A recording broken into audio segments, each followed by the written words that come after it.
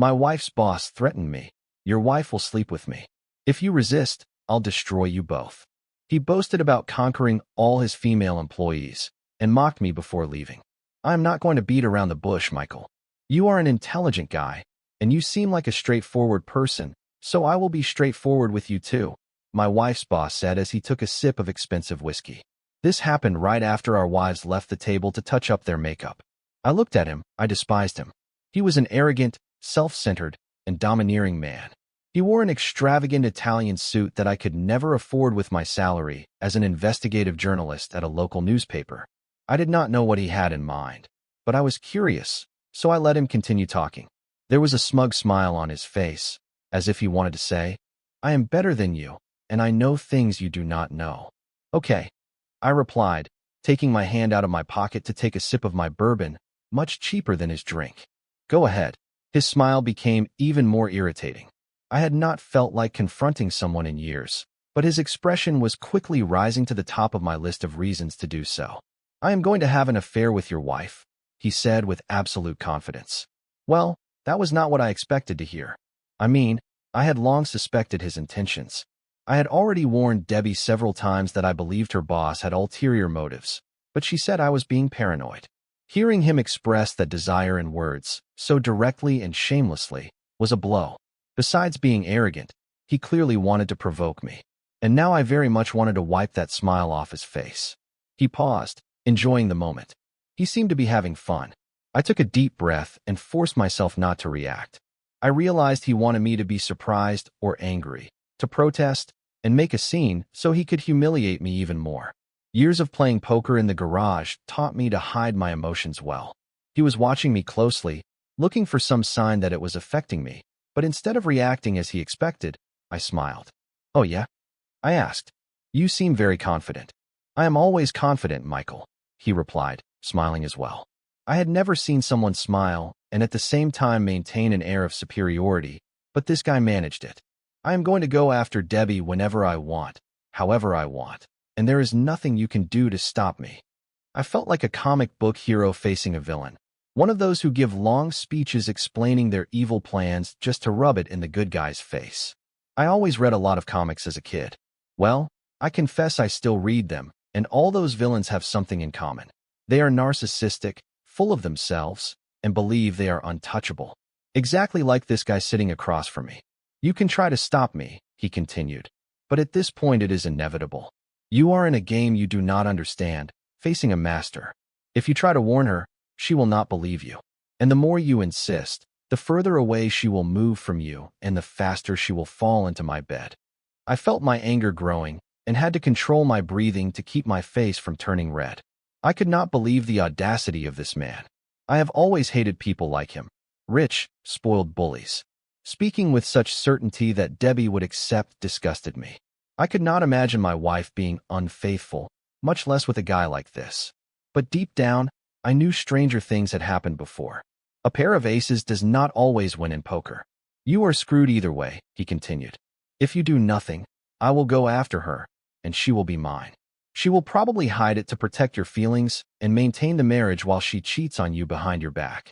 But if you fight this, she will turn against you. And then, in addition to me continuing to pursue her, you will lose her forever. If you confront me, I will destroy both of your lives, and I will still get what I want. I was boiling inside. My left hand was on the table, but my right hand was hidden in my lap, clenched into a fist. I was ready to hit him. Did you rehearse this speech just for me, or have you already used it with other poor bastards before? I asked, still smiling. I saw a slight twitch in his left eye. He did not expect that reaction, and he was starting to get irritated. It was a sign. I had touched a nerve. Your wife is fascinated with me, he said, trying to maintain his confidence. She respects me. To be honest, she might even be falling in love. She has practically already surrendered to me. I could have already conquered her, but I am playing the long game. I want to be sure that when I act, she will surrender completely to me. Why her? I asked. Well, it certainly is not for her looks. She is not what anyone would call attractive. She is far below my usual standards. But of course, I improved her, he said with an arrogant tone. I made her wear more attractive clothes in the office, for me. I sent her to the best stylist in the city, and even hired a personal trainer for her. I had wondered how we were paying for all that. My wife told me it was a benefit offered to all executives at her level. Still, I did not understand why he wanted my wife so much if he did not find her attractive. I could have much younger and prettier women if I wanted to, he explained. But that gets boring after a while. What really satisfies me is something else, conquering married women in love with their husbands. I like to see them betray their husbands and surrender to me of their own free will. That is much more pleasurable than chasing after a superficial, brainless girl. And why are you telling me this? I asked, keeping my voice calm and emotionless. I want you to be absolutely clear about what is going to happen and what your wife will do. I want you to spend every night wondering if I have already conquered her.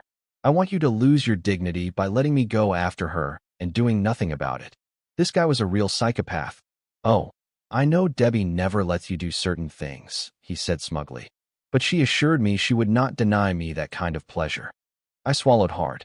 You mentioned that others, I said, trying to maintain control. So, you mean you have done this before with other employees? Their husbands just let you do that? He laughed. I have already conquered all the women on my team, and their husbands always knew. Some tried to stop me, but they lost, and in the end, I conquered them anyway. As I said, it is inevitable. He wanted me to lose control. That was part of his game, and I refused to give him that pleasure. And what is stopping me from going to talk to your wife or her father? I asked, looking for a way out. I did not know much about his company, but I knew he had married the owner's daughter and took over the business after his father-in-law had a stroke. He laughed again. And why would they believe you, an angry husband of a former employee? It would not be the first time they try to blackmail me with lies and accusations impossible to prove. Former employee? I asked. But she still works for you. Not if you do not cooperate. I will fire her with just cause and make sure she never works in this field again. You do not want to come into conflict with me. If you cooperate, she will be well compensated. If you confront me, I will conquer her anyway and then discard her. As I said, this is a situation where you cannot win. The best you can do is accept the inevitable, ignore everything, and try to live with the fact that when she is not with you, she is in the arms of a real man. It was at that moment I saw our wives coming back from the bathroom. He noticed my gaze and saw them too. Now be a gentleman and keep this conversation between us, Michael, he said with a cynical smile. Think carefully. As I said, I will pursue her anyway. The decision you have to make is how much your marriage really means to you. The arrogant smile disappeared, and he adopted a friendly expression as if nothing had happened. He stood up like a gentleman, which he definitely was not. I also stood up, just as the women reached the table. Debbie smiled at me, but there was something nervous in that smile. She lightly squeezed my arm before sitting down again between me and her boss, much closer to him than I would have liked. I looked at him, and he gave me a quick smile followed by a wink with a hidden meaning. Did you talk much while we were away? Debbie asked, adjusting her black dress. Something caught my attention. It seemed she had taken off her underwear in the bathroom. Her boss put his hand on her shoulder as his own wife took a sip of her cocktail, without showing any discomfort at his closeness to my wife. Yes, he replied. I was explaining to Michael about some of our future plans and how our success is inevitable. Debbie did not react to his touch, and that made me feel even more uncomfortable. She seemed so accustomed to that physical intimacy that she did not even notice it, even occurring in front of me and in front of his wife. I needed to act. I could not bear to see Debbie giving herself to another man, much less him. I decided to take a risky path. I only hoped things had not gone so far that I would push her straight into his arms. But at this point, I did not have many options. Debbie would have to choose between him and me, and I was prepared to deal with the consequences, whatever her choice might be. Yes, I replied, smiling at Debbie. If everything goes as your boss described, you might be changing jobs soon. And from what I suspect, you will have to work many nights and weekends. Debbie looked at her boss and then at me with a confused look. Why do you say that? He asked. Her boss had said he considered me a straightforward guy. I did not know how straightforward I could be. When he hesitated to respond, I jumped headfirst into the cold water. Well, it seems you will have to spend more time with him because, when he starts harassing you, he will turn you into a luxury escort. Her boss almost choked on his whiskey. Debbie's mouth dropped open in shock. His wife's eyes went wide, and she let out a gasp of indignation. What did you say? She asked. Her boss removed his hand from Debbie's shoulder and stammered a protest. How dare you say such a thing? Well, I am just repeating what you said 5 minutes ago, I replied. You said you were going to harass my wife and that there is nothing I can do to stop you. You said you would do it as you did with all the other women on your team, and that if she protested, you would harass her anyway and then fire her. Michael, Debbie shouted. What are you doing? Her boss jumped to his feet. You evil man, he bellowed. How dare you? I have always been a gentleman with your wife. What kind of game are you playing? He looked at Debbie with an indignant and fake expression. Debbie looked at me stunned, as if I had gone crazy. Debbie, I would never lie to you or do anything to hurt you. This is exactly what I warned you about. You can leave with me now, or you can stay with this guy. If you choose to stay, then he is right, and you are his plaything. If that is the case, do not even bother coming home. I will not tolerate it. Michael, this is crazy, Debbie exclaimed. It is nothing of the sort. You should leave, Michael, her boss declared. Debbie does not deserve to be treated like this. You are jealous of her success and trying to ruin her career. Everything seemed to freeze in time. No one moved, no one spoke. Then I took my hand out of my pocket, holding the digital recorder I always carry with me. As a journalist, I used it to jot down ideas during the day or for interviews.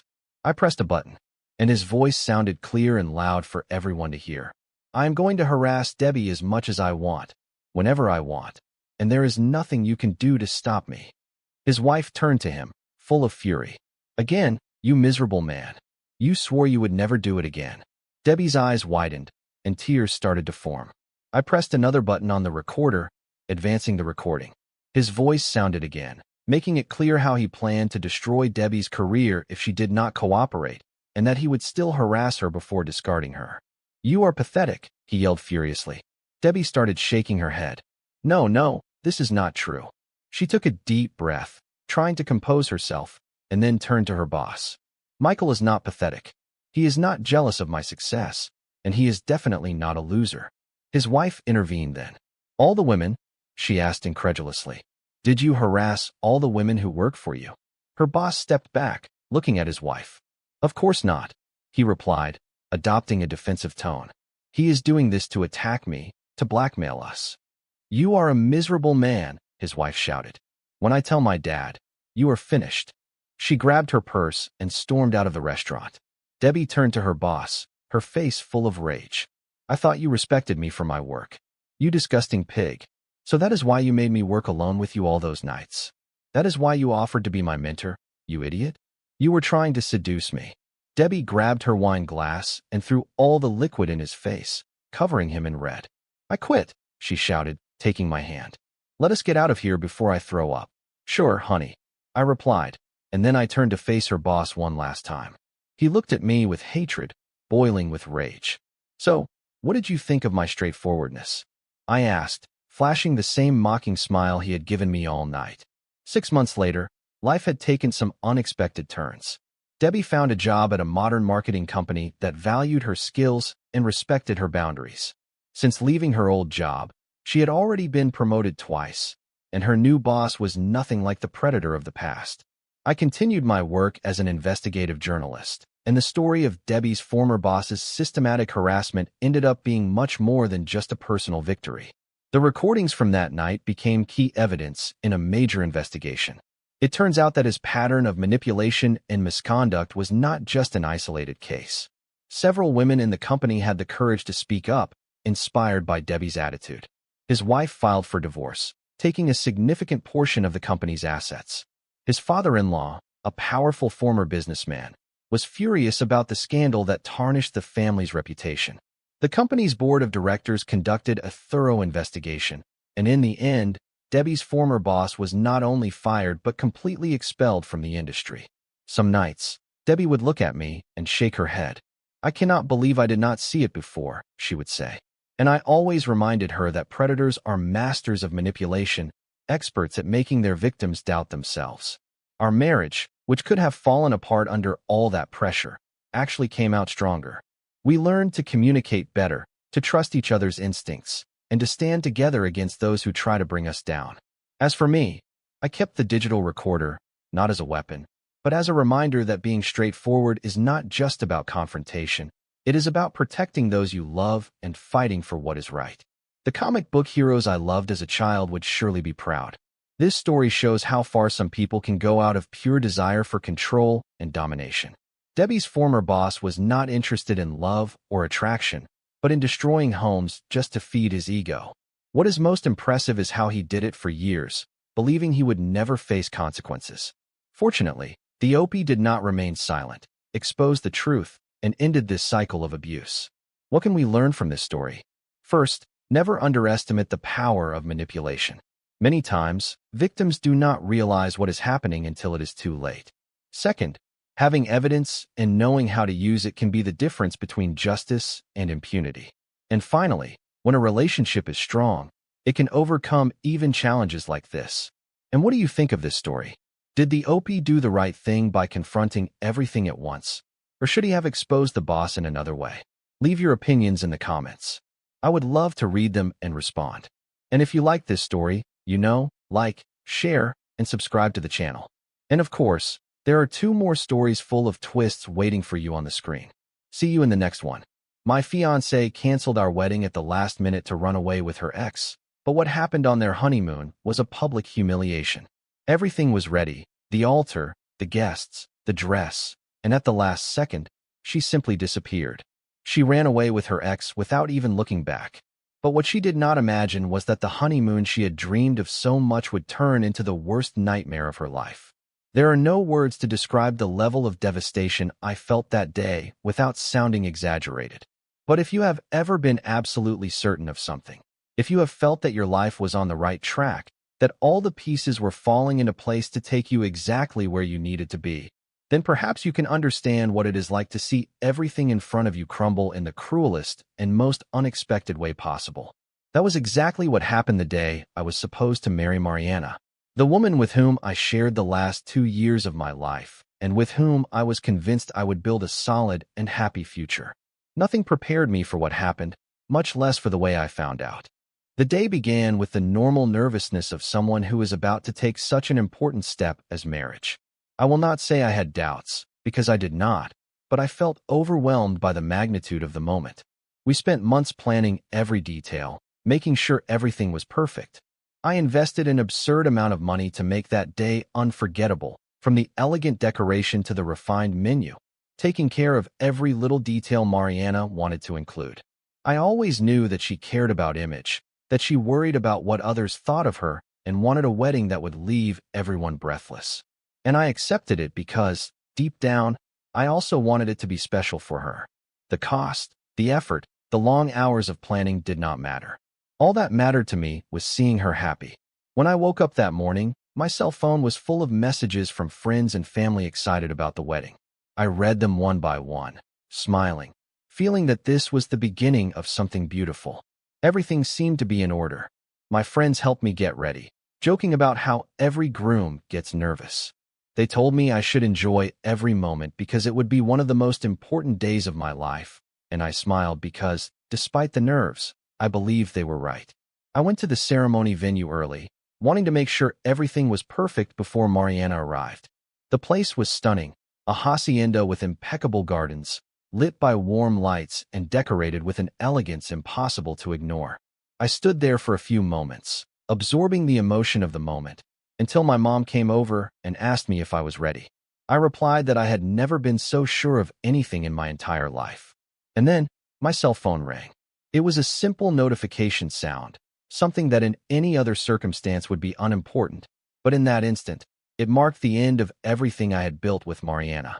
I picked up my cell phone and opened the message with the carelessness of someone expecting only a trivial confirmation. But as soon as I saw her name on the screen and the words, "I am sorry. I cannot do this. I am leaving with him," I knew my life had just fallen apart. I felt a hollowness in my stomach, a sense of unreality. I read the message once, twice, 3 times, as if I could change what was written. My hands started trembling as my brain tried to process the meaning of those words. I am leaving with him. I did not need to ask who him was. Deep down, I already knew Hernando, her ex, the man who, according to her, was no longer part of her life, the guy she assured me she had completely walked away from. I had been told their story was complicated, that they had a relationship full of comings and goings, of unresolved problems, but I never imagined there was still something between them, much less that it would be enough for her to abandon me on our wedding day. I do not know how long I stood there, staring at the cell phone screen, unable to react. Around me, the guests continued talking and laughing, unaware of what had just happened. At some point, my mom noticed my expression and asked me what was wrong. I tried to speak, but I could not. I felt the air escape from my lungs as the world around me seemed to shrink. When I finally managed to answer, my voice sounded distant, as if it were not my own. I just handed her the cell phone without saying a word and watched her expression change. The look of happiness turned into disbelief, then anger, and finally worry. She took my arm firmly and told me I needed to sit down, but I could not even move. That is when everything collapsed. The event that was supposed to be one of the happiest moments of my life turned into an absolute disaster. The news spread among the guests, and euphoria gave way to indignation. Some tried to call Mariana, others asked if it was a joke. My friends simply stood by my side in silence, understanding that no words could alleviate what I was feeling. But at that moment, while everyone around me was trying to understand what had happened, only one thing was going through my mind. Mariana did not just abandon me. She did it in the most humiliating way possible. And yet, amidst the anger, sadness, and shame, something inside me began to change. I could not simply accept that. I could not let them go on with their lives as if nothing had happened. Not after everything I did for her, not after the way I was exposed. What Mariana did not know, what she did not even suspect at that moment, was that this would not stay that way. If she thought she could just run away with her ex and have a happy ending, she was very wrong. Her betrayal would have consequences, and I would make sure that moment became the beginning of her worst nightmare. Update 1. Days passed before the reality of what happened settled on me like a concrete slab, impossible to remove from my shoulders. In the first few days, I was seized by a whirlwind of emotions ranging from disbelief and anger to a suffocating pain impossible to express in words. The scandal of the wedding cancellation spread like wildfire. Although most of the guests tried to support me, the humiliation of being left at the altar like that was unbearable. I could not walk down the street without feeling people talking about me behind my back. Opening social media was a nightmare. Either I would find messages of surprise and solidarity, or, worse, murmurs from those who love to feed on other people's tragedies. But nothing was worse than Mariana's silence. No explanation, no apology, nothing. She simply disappeared with Hernando, as if the two lived in a bubble separated from reality. And that, more than anything else, ignited something within me. At first, I tried to convince myself that the best thing would be to forget, to move on, not to waste any more time with someone who did not deserve it. But the more I thought about it, the more I realized that what was consuming me inside was not just the abandonment, but the way she did it. It was not a normal breakup, a decision made with honesty. She used me until the very last second. She left me with all the expenses of a wedding she never intended to go through with. She took advantage of my love, my trust, and my money, only to spit in my face in the end. And that could not go unpunished. It was during a sleepless night, lying in bed staring at the ceiling of my empty apartment, that the pieces began to fit together in my head. I began to think coldly, transforming my anger into something sharper, more calculated. I was not going to act like a wounded man who only laments. I was going to make sure Mariana felt the weight of her own betrayal in a way she would never forget. The first thing I did was investigate where she was.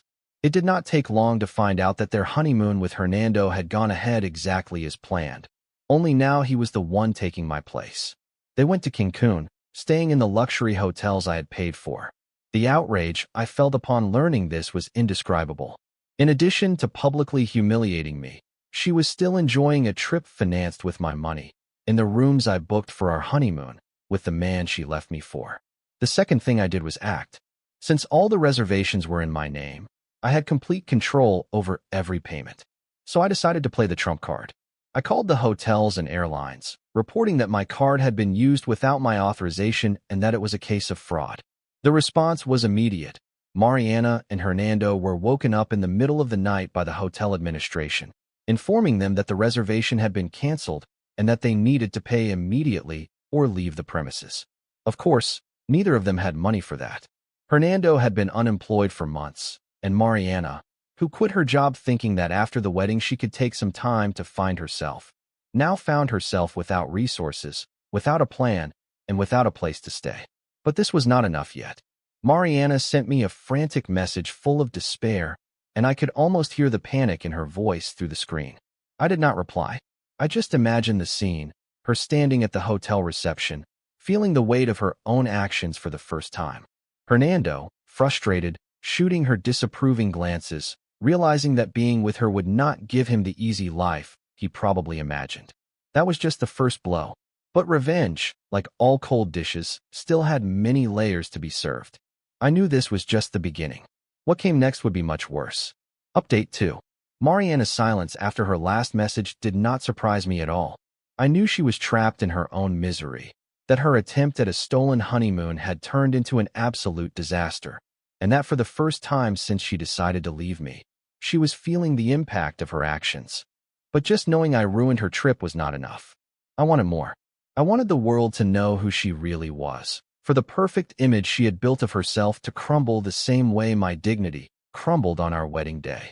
For years, Mariana was an expert at manipulating her own narrative, making sure she was always seen as the exemplary woman, the ideal bride, the person everyone wanted to be around.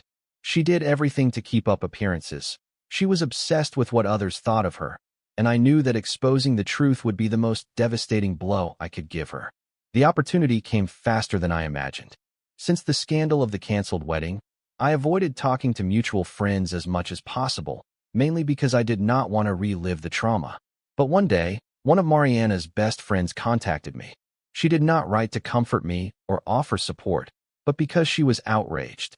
I do not know if you want to know this, but Mariana is telling her own version of what happened, and it is very different from the truth.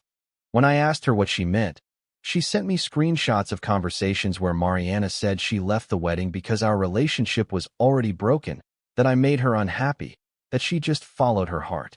In her story, there was no betrayal, no deception, no man with whom she ran away like a coward. No.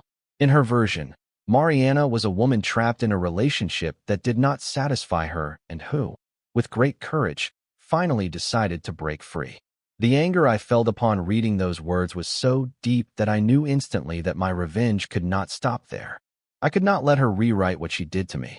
I spent an entire night compiling evidence, screenshots of our conversations, photos of the canceled wedding, receipts for all the expenses I incurred, old messages where Mariana said how much she loved me and how excited she was to marry me. I gathered everything that could prove that, until the very last moment. She played with me without the slightest remorse. When I had enough evidence, I wrote a long post on social media telling my version of the events in great detail. I did not do it with hatred or insults, just with the coldness of the facts, letting the truth speak for itself. The response was immediate. The post went viral among our circles in a matter of hours.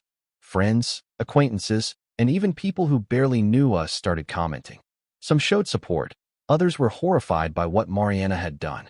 Her closest friends, the ones who believed her version, felt betrayed upon seeing the evidence. Some sent me messages apologizing for defending Mariana, saying they never imagined she would be capable of such a thing. But the best part was what happened with her family. Mariana's parents always saw her as the perfect daughter, the one who did everything right, the one who made no mistakes. Her mom, especially, had an idealized vision of her and always treated me well, believing I was the ideal man for her daughter. I knew that if there was still someone whose opinion mattered to Mariana, it was her parents. And indeed, as soon as her family learned the truth, the scandal erupted. Her mom called her immediately. According to the same friend who told me, the conversation was devastating. Mariana tried to defend herself, to say that it was not as it seemed, but her mom replied coldly, "You put yourself in this situation. Do not expect anyone to get you out of it." Her dad, a serious and reserved man, simply ignored her completely, as if she had ceased to exist for him. For the first time in her life, Mariana was truly alone. Not only did she lose her relationship with me and her reputation among her friends, but even her own family turned their back on her. The woman who always cared about the opinion of others was now the protagonist of a scandal she could not escape. Her name was on everyone's lips, and the public humiliation became an unbearable burden to bear. But there was still one piece missing in this game: Hernando. I was not going to be satisfied with just seeing Mariana sink. There was still the man for whom she threw everything away. And what I was about to discover about him would take her suffering to a new level. Update 3. The chaos in which Mariana was immersed was already a masterpiece of revenge in itself. She had lost the honeymoon she stole. Her reputation was in ruins. Her family abandoned her, and the fantasy bubble in which she tried to hide exploded right in her face. But I knew there was still one last piece on the board, one that, when it fell, would finish destroying what little she had left: Hernando, the man for whom she threw our relationship in the trash. From the moment I heard his name, I knew he was no Prince Charming. Mariana could try to deceive herself with that romantic idea that they were meant to be together, but the reality was that Hernando was always a mess. Before I came into the picture, their relationship was a roller coaster of fights, betrayals, and broken promises. The reason they broke up, according to what Mariana told me back then, was because he cheated on her with another woman, and when she confronted him, he simply left her to be with the other woman. The fact that she had returned to his arms now only proved how blind and pathetic her devotion was to someone who never valued her. It was not difficult to discover that things between them were not going as well as she imagined. Through some mutual friends and fake profiles I created, I got information that their relationship was deteriorating rapidly. Ruined and without support, Mariana clung to Hernando as if he were her only salvation. But he, accustomed to a life of parties and women, had no interest in carrying the burden of an emotionally destroyed woman without resources. The tension between them grew until, inevitably, what began as a romantic escape transformed into a toxic relationship full of arguments and resentment. The final blow came when I received a message from an acquaintance. It was not someone I talked to often, but her message was short and direct. "I do not know if you want to know this, but Hernando is already with someone else." I did not need more to realize that the opportunity one was waiting for was right in front of me. With a little insistence, I managed to get my informant to send me screenshots. In them, Hernando clearly appeared flirting with another woman, saying things a committed man would definitely not say. He made promises of encounters, fun, and best of all, there was a conversation between him and a friend where he talked about Mariana. Not only did he insult her, but he also made it clear that he never took her seriously. I only used her because I had nowhere to stay, and I knew she would fall again, because she is stupid. But the worst part was when he wrote, "The truth is, I am even embarrassed for her. I just want to get rid of her soon." I knew that if I exposed this in the right way, not only would I have the pleasure of seeing her suffer even more, but I would also make her humiliation total and absolute. I took the screenshots and posted them on an anonymous forum where they had already commented on the scandal of our former wedding. I accompanied the images with a simple comment: "For anyone who thinks Mariana and Hernando are a love story, here is the reality." I did not mention names directly, but everyone knew who it was about. Within minutes, the post exploded. Comments were divided between jokes, criticism of Hernando, and others who just laughed at the irony of the situation. It was not long before Mariana found out. Someone must have sent her the screenshots because that same night, my cell phone lit up with a message from her. But this time, it was not to ask for explanations or try to manipulate me. It was just a simple, "Why are you doing this?" I stared at those words on the screen for a few seconds before blocking her without replying. I did not need to say anything. She already had all the answers. The last thing I heard was that after the scandal, Hernando left her without the slightest remorse. He left without even arguing, simply got rid of her as if she were dead weight. Mariana, completely alone, without friends, without family, without money, and without the man for whom she destroyed her life, was forced to return to the house of a distant aunt in a small town where no one knew her. She became a shadow of her former self, a woman defeated by her own decisions, a person who could no longer maintain the perfect image she valued so much. Finally, revenge was complete. But the best part was, I did not have to lift a finger to destroy her. She did it all by herself. Update 4. Time had passed, and although my life was beginning to take a new direction, Mariana's story had not yet reached its final outcome. That brutal blow she received after Hernando's betrayal and her fall from grace was not enough. Although her world had irreparably crumbled, There was still something inside me that longed to see her misery spread a little further, to see how people did not forget her and how the echo of her actions continued to haunt her. I knew her reputation was destroyed in our social circle, that her family had rejected her, and that she had lost the people who once admired her and put her on a pedestal. But I did not want her humiliation to remain just that, not after what she did to me. That is when I began to notice something curious. Despite everything that happened, some people still had doubts about the real story. Collective memory is strangely volatile, and as the months went by, certain acquaintances began to suggest that perhaps Mariana did not deserve the hate she received. Some said, it was a mistake, but we should not be so hard on her. Others even suggested that I had exaggerated the situation. It was at that moment that I realized that Mariana's humiliation could not just remain a rumor, a story that could be forgotten or reinterpreted in her favor over time. I decided that the truth should be impossible to ignore. So I started gathering every piece of her betrayal again. The screenshots of Hernando's messages where he mocked her and made it clear that he only used her. The images of her supposed honeymoon turned into a nightmare. And the conversations where Mariana tried to reconstruct her version of the facts, shamelessly lying. This time, however, I did not limit myself to sharing the material anonymously in forums where people already knew the story. No, this time the exposure would be much greater. I created an account on an anonymous storytelling platform and published the entire story with all the details, ensuring that every betrayal, every lie, and every deception were fully documented. I did not mention names, but anyone who knew the real story could identify it effortlessly.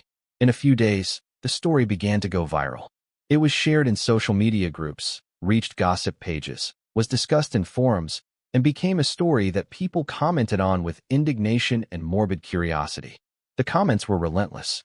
Some called her the worst kind of woman. Others laughed at her downfall. Some even said, "This should happen to everyone who plays with other people's feelings." But what mattered most to me was not what anonymous strangers said on the internet. What I wanted was for Mariana to see it. And she saw it. I learned from an old friend of hers, the same one who alerted me to her lies at the beginning of everything, that Mariana was completely devastated. At first, she tried to ignore it, pretend it did not affect her, but as the days went by, more and more people began to ask her uncomfortable questions. Some acquaintances who previously treated her with indifference now looked at her with pity or contempt. In the store she used to go to, people whispered behind her back. Even at work, where she had gotten a modest position after her downfall, someone discovered the story, and the rumors began to spread. Her boss, a conservative man who valued image and reputation above all else, soon called her into his office. "We cannot allow our company to be associated with someone involved in this kind of scandal." She lost her job in a matter of days, and things only got worse. When her family discovered the magnitude of the disaster, the situation became even more unbearable. Until then, her parents had tried to stay out of the public humiliation, but when they saw that their daughter had become the target of mockery and scorn on the internet, their reaction was worse than Mariana could ever have imagined. Her mom, who had already disowned her after the wedding ceremony fiasco, was even crueler this time. "I wish you had never been born."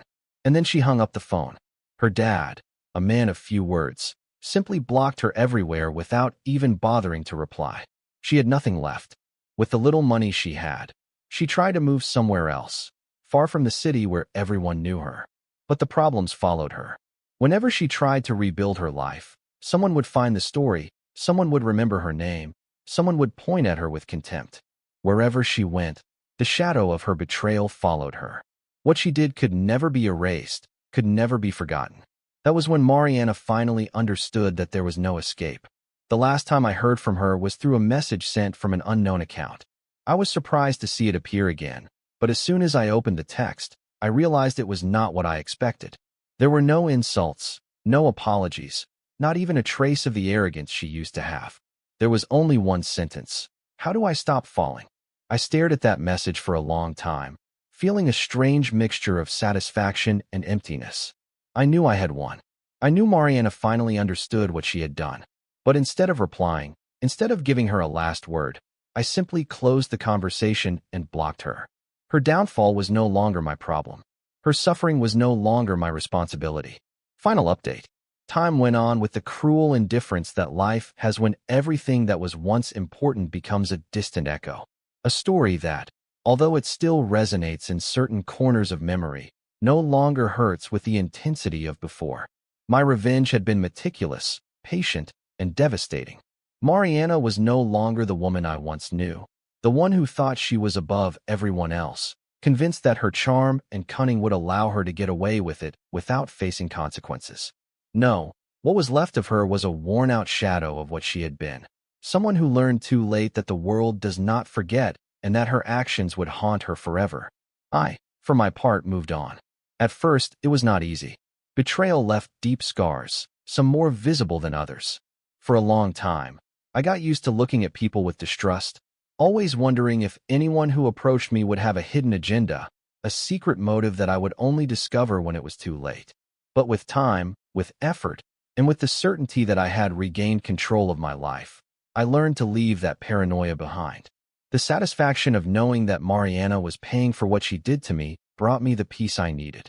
I thought I would never hear from her again, that with the disaster her life had become, she would simply disappear from my world, destined to a place where our paths would never cross again. But life has a strange way of putting us in front of what we thought we had left behind, as if it wanted to make sure we really closed a chapter. It happened on a random afternoon, in one of those everyday pauses that seem insignificant until, without warning, they completely change our perspective.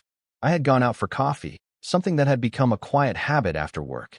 The cafe was small, not very popular, but cozy, the kind of place where people could sit with a book or a laptop without being disturbed. I liked the routine of always ordering the same thing, finding a table by the window, and enjoying a moment of calm before returning home. But that day, the calm was broken the instant I saw her. At first, my brain did not fully recognize her. Her image was a distorted reflection of the woman I once knew, a worn-out version, devoid of the confidence and arrogance she used to wear like armor. She was thinner, her face tired, with deep dark circles she did not try to hide with makeup. Her clothes, once carefully chosen to convey an impression of perfection, now seemed selected without much interest, as if her appearance was no longer a priority. She stopped when she saw me. It was not a sudden or dramatic movement, just a moment when her steps faltered, when her gaze met mine. And for the first time in this whole story, I saw something in her eyes that had never been there before. It was not haughtiness, it was not defiance, not even sadness, it was defeat. Time seemed to stop between us. There was no one in that cafe who knew what had happened, no one who understood the story that united us, the silent war we waged for months. We were just two people in a random place, separated by a distance that, although physically short, seemed like an impossible chasm to cross. She opened her mouth, but at first, nothing came out. She seemed to be searching for the right words, something that could mean something after everything she had done. But the only sound she found was a whisper I could barely hear. "Forgive me." It was not a dramatic apology. There were no tears, no pleas, no attempts to rebuild something we both knew no longer existed. Just two fragile words, without expectations, spoken as if they were a useless confession. I remained silent, watching her, feeling a wave of emotions I could not fully decipher. I did not feel hatred. I did not feel anger, not even pity, just a quiet certainty that everything had come to its natural end. I did not answer, not because there was nothing to say, but because it was no longer necessary. I took my coffee, got up from the table, and walked towards the exit without looking back. I knew I would never hear from her again, and for the first time in a long time, I realized that it did not really matter. Mariana's story was over, and I was finally free.